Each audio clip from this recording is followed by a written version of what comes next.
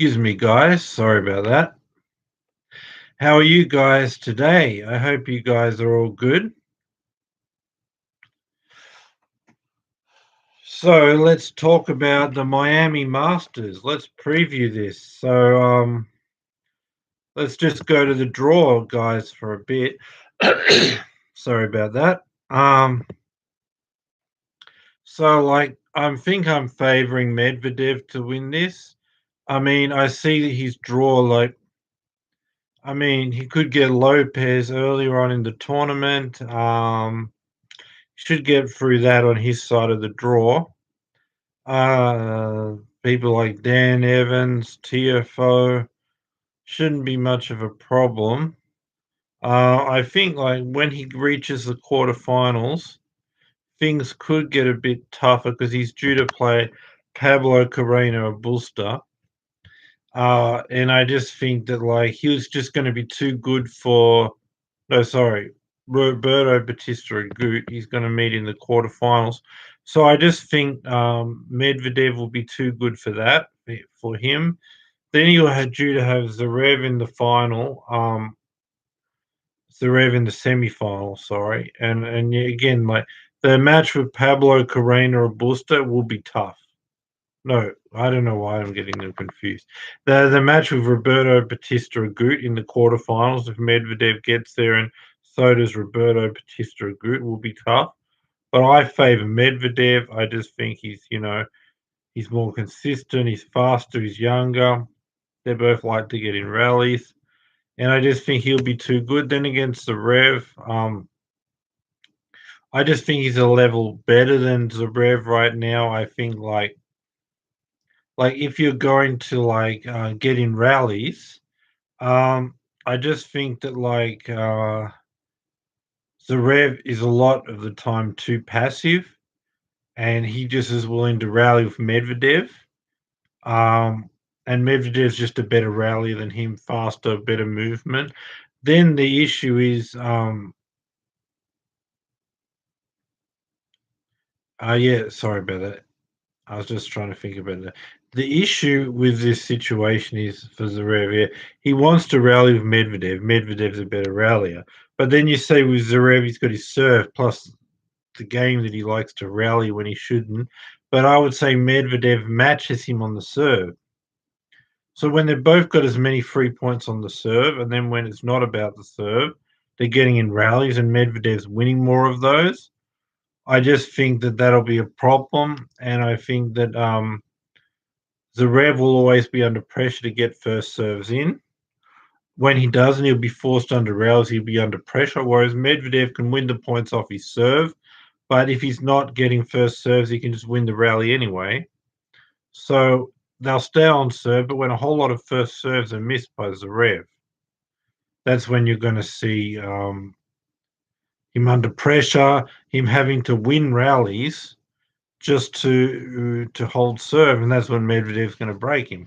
But Medvedev won't be touched because he'll get all these 3 points on serve plus win the rallies when the returns into the court. So when looking at all of this, I'm just going to say he's going to go through to the final. Not saying he won't win, but I'm going to look at the other side of the draw in my preview right now. So we've got the other side of the draw, the number 2 seed Tsitsipas. His draw is like he's got quite a decent Demonors in his area of the draw. Catch Humbert. Looks like he'd face Shapovalov in the quarterfinals. I just think that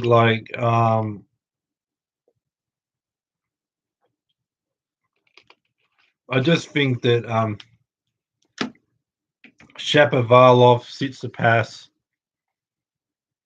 I just think that Tsitsipas will be too good. He's too consistent. I mean, he attacks short and the points, does make some errors, sure. But I just think that Shapovalov goes for way too much and makes way too many errors. They're going to win points on the serve. They're both going to be aggressive in the rallies and shorten the points. But at least Tsitsipas will build the point a bit and not be a trade-off with just so many errors just to get some winners. Like, he'll be going for it, but at least to construct a point, maybe 2-3 shots. Whereas you're going to see really low percentage shots from Shapovalov, just completely going to the lines, completely taking risks. And it's just not, I mean, it's just going to be too many errors to go along with those winners and high risk shots trying to end it in one shot or two right on the very line. Whereas Tsitsipas is able to hit a couple of shots and then set up a short ball. He's able to get a serve and set up short balls off the serve and move him around a couple of times. And if he can't come into the net and finish it, where Shapovalov's not that good on the net, won't be patient over 2 or 3 power shots, just wants to go for the line right away. They'll both be aggressive. They'll both hit same number of winners, same number of points won from the serve. But in being that aggressive, Shapovalov will have to make a trade-off of way too many errors. So that should put Tsitsipas in the semi-final. I would say he would play Rublev. Rublev is not. I mean, he's got Sandrin, however you say it. He's got Lorenzo Musetti in his part of the draw. Fabio Fognini is there. Karatsev is there. I'm just trying to work out. I think he would play Goffin in the quarterfinals. I mean, Goffin and Rublev quarterfinals. They both have power, but it's a similar type of situation where Goffin is going to be going for it and taking risks. And with those risks, he's going to be winners and errors, both.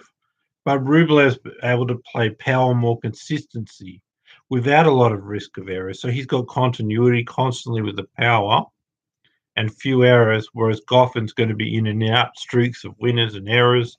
When he has those kind of bad games, and Rublev doesn't, has the power with few errors, then every time those bad games come up, you're going to see Goffin is going to be broken, and then that's it. He'll get a couple of breaks a set, win it sort of 6-3, 6-4. Rublev will be the power without risk of errors. Goffin will be getting hot and cold, and when he's cold, he gets broken one game a set. And he won't be able to do much on Rublev's circus. He'll start the point ahead. He'll play with his power game. He'll move around Goffin. Goffin's not great in defense and won't have much of a chance. Plus, Rublev will win some points with serves and 1-2 punches and aces. So Rublev, I think we'll see in the semi-finals, Rublev against Tsitsipas, which could be a good one. And then the other one, Zerev against Medvedev. I said Medvedev would win, like I said, both getting equal from the serve, but when it's in a rally, Medvedev being a better rallier, faster, Zerev really needs to say, I'm just going to go for it like he did in the final in Acapulco, keep points short, take risks, and not rally with Medvedev. The problem is for him to play the attacking game, control the point. With Medvedev's improved serve, he's not any better on the serve. And then the other problem in this one is like when there's pressure, Zerev double faults. So if he ever does that where he shows in a double fault or two, and then a couple of times where it's a second serve in a rally, and Medvedev's a better rally, so Medvedev gets a couple of rallies, a couple of double faults and breaks. Whereas on Medvedev's serve, he's winning points off serve. He's being involved in rallies that he's in control of because he got the serve in, and it starts with a short ball to him, and he's just pushing Zerev around. Um, and then there are the 50-50 rallies when Zerev gets a good return, but again, he's better there. So, and that'll only be a small percentage of points. And even there, Zerev has a small chance. Zerev would be better served to serve, 1-2 punch, attack, second serve, take risks. and say I'm not going to win the rallies with Medvedev, but if I win points off my serve, and in the rallies I'm recognizing Medvedev's better in the rallies, and I'm taking risks, and saying I won't win from the rallies anyway. I don't think he'll do that. I think he'll rally with Medvedev. Medvedev will prove to be the better rally. They'll both get equally 3 points, and it will come down to the second serve points won when you're not getting your first serves in, which will be Medvedev. So Medvedev I've got in the final. Rublev Tsitsipas in the other semi-final. I would have to say like Rublev. I would have to say Rublev beat him in. I think that was Rotterdam. Pretty sure it's Rotterdam, but yeah, they played since the Australian Open, and I just felt like on this kind of a slow hard court in Miami, Tsitsipas's best way to beat Rublev would be to use his serve to attack in the rally, shorten the point, just go for it, take Rublev's time to use his power. Rublev wants to hit 3, 4 shots of power, move him around and win that way. Tsitsipas has to use his serve, high first serve percentage, aces, all of that. In the points, always attacking, taking risks, coming to the net and finishing. And Rublev under pressure, if he doesn't hit a powerful shot to control the point in the first couple of shots, he's on the back foot. He's got no time to sort of use the power. It's no time to set up for his big powerful shots to control the rallies like that, because Tsitsipas is going for it and taking risks, and then as soon as he gets him on the back foot, coming into the net to finish, and Rublev's frustrated, he can never get into rally. He has never time to sort of get those big swings for the power. Um, that's what Tsitsipas would be good serve to do. The serves, the 1-2 punches. Whereas Rublev would like to get him into rallies and 3 or 4 shots, use his power, move him around, expose Tsitsipas's movement's not great. And when Tsitsipas's movement against these power shots, left and right of Rublev, he's going to be a bit slow with that quite strong power. So that's what Rublev wants, but Tsitsipas wants wrist shortening the point, um, forcing Rublev to say he's frustrated, he can't get in the rally. Now Rublev has to end the point on the first shot, which is taking a risk and hitting it out now. He can't play his I'll push you around 3, 4 shots. So it's going to depend on that. If Rublev can make it about rallies and Tsitsipas can make it about um, big serving, acing, attacking, shortening the points, attacking Rublev's second serve, taking risks, and then coming into the net and finishing. And Rublev can never really get into rally and feels like he has to end it on the first shot. Otherwise, Tsitsipas will be in control, and then many errors. But I'm going to say it's like Rublev's game where he can attack with the power, but with small amount of risk, whereas Tsitsipas is going to have to shorten the points and take risks more. Um, Rublev's attacking game can do it with more consistency without risk of errors, whereas to stop him doing that, because if he's doing that, Tsitsipas doesn't have the movement to defend. He's taking risks and going for the lines and try to not let Rublev get into the rally by ending the points quickly.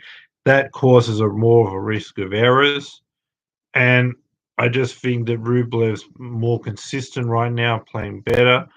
And I just think that Tsitsipas, he's not been on a good run. He's been up and down, and his shots have been attacking with all those winners, like I said, shortening the point, being on fire for periods, but then being off with a lot of errors. If he has a couple of 5-10 minute periods here where he gets a couple of errors, he loses serve twice, and then Rublev with just that consistent power on all the time, moving him around, and then getting a couple of bad games from Tsitsipas, that should do it in either 2 or 3 sets for Rublev. Then we'll end up with the all-Russian final. Will be with Rublev against Medvedev in the Miami final. We know how that one goes. Medvedev or what usually wins. I think Rublev has a bit of a mental thing.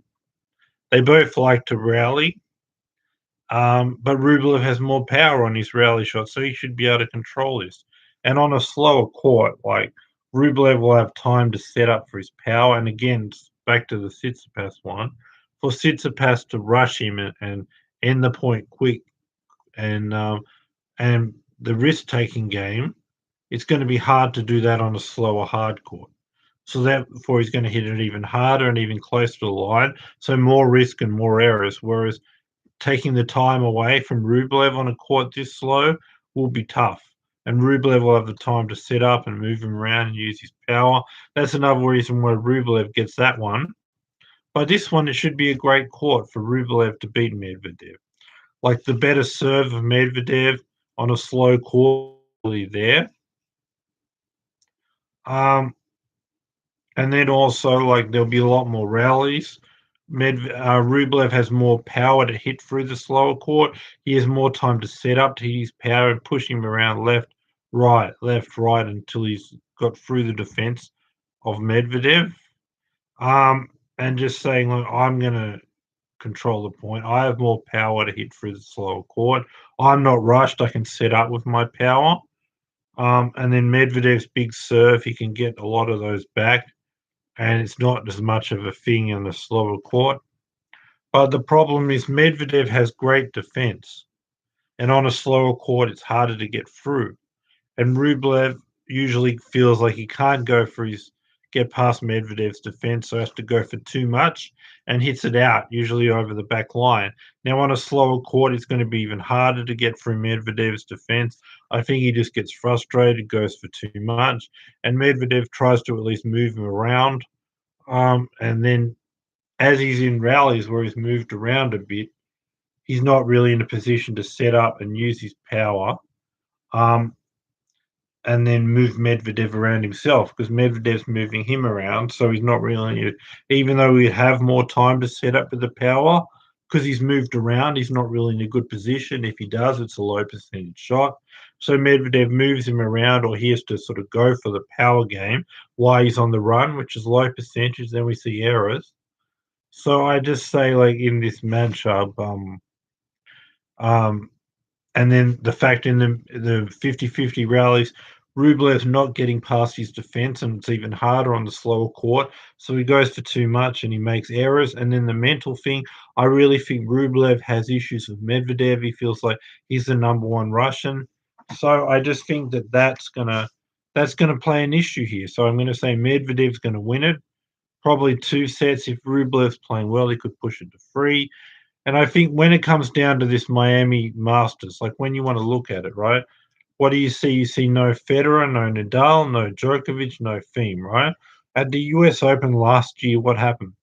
No Federer, Nadal, and Djokovic. At the time, especially on a slower hard court, Thiem was the next best guy. I mean, he was 1 set away from winning the Australian Open, but definitely behind Federer, Nadal, and Djokovic. Federer and Nadal not going, Djokovic hitting the ball person or the linesman or whatever it was. The question is, they're all not there. Who's the best after Federer, Nadal, and Djokovic? Well, it's Thiem and Medvedev. They played a bit of a close match, which turned out to be straight sets. But Thiem showed that he's the next best after Federer, Nadal, and Djokovic. So he won. But now we have no Federer, Nadal, Djokovic, and no Thiem. So we can't say Federer, Nadal, and Djokovic are winning as usual. We can't say because Thiem's the next best guy behind them on a slow hard court, like the US Open, he's going to win it because not even he's there. So who's next best? Well, the next two pushing up against on Federer, Nadal, and Djokovic are both Thiem and Medvedev. So if you take out Federer, Nadal, and Djokovic, the next two ahead of the pack pushing up against them is Thiem and Medvedev. So usually with no Federer, Nadal, and Djokovic, it would be like the best of the younger pack are Thiem and Medvedev, right? So who is going to win? Well, we can't just say we're waiting for the final now with Thiem and Medvedev because not even Thiem's there. So you got Federer, Nadal, and Djokovic, the next generation trying to take them out. The best of those two, Thiem and Medvedev. So Federer, Nadal, and Djokovic are out. It's now down to Thiem and Medvedev, but Thiem's also out, so there's just Medvedev. And he's clearly the next best of the pack. If you take out his big challenges are against Federer, Nadal, and Djokovic trying to break through. And then when you get rid of them, him and Thiem being the best of the younger pack. So then the question is there. But then with no Thiem either, then it's just him. Of those best 5 players, he's the only one. So I say he should win it. It's on a hard court that suits him. It's just a bit too much of a slower hard court, so it's not ideal. But I still think the four players that would cause him the most trouble would be Federer, Nadal, Djokovic, and Thiem, and none of them are there. So I'm going to say Medvedev's going to take advantage. He's going to get this. I mean, he's already won at Canada last year, Masters 1000. No, 2019 that was Canada. Then in 2019 he won the Shanghai Masters 1000. So that was a good job. So that's two. Then Paris. So we've got Canada 2019, Shanghai 2019, another Masters 1000, and then Paris last year, and then even winning the top eight. And I just think even though the hard court's a bit too slow for him, it's still his best surface, a hard court, and he's without Federer, Nadal, and Djokovic and Thiem, his biggest competitors. And he's a level above guys like Tsitsipas, Zerev, even Rublev. And they won't stop him. The guys that could stop him, Federer, Nadal, Djokovic, Thiem aren't there. It's on a hard court. So I say Medvedev. And then the only other question was he was also the most informed player when he won 20 in a row leading up to the Australian Open. But then having to win his first Grand Slam final against Djokovic at the Australian Open, where he'd won 8 out of 8 finals, was too much for him. Mentally collapsed. Then he was affected by why did I play 20 in a row, but at my most important moment, I had a horrible game and gave away a Grand Slam when Djokovic was injured. So he was affected by that, and that moved through into Rotterdam where he lost in the first round.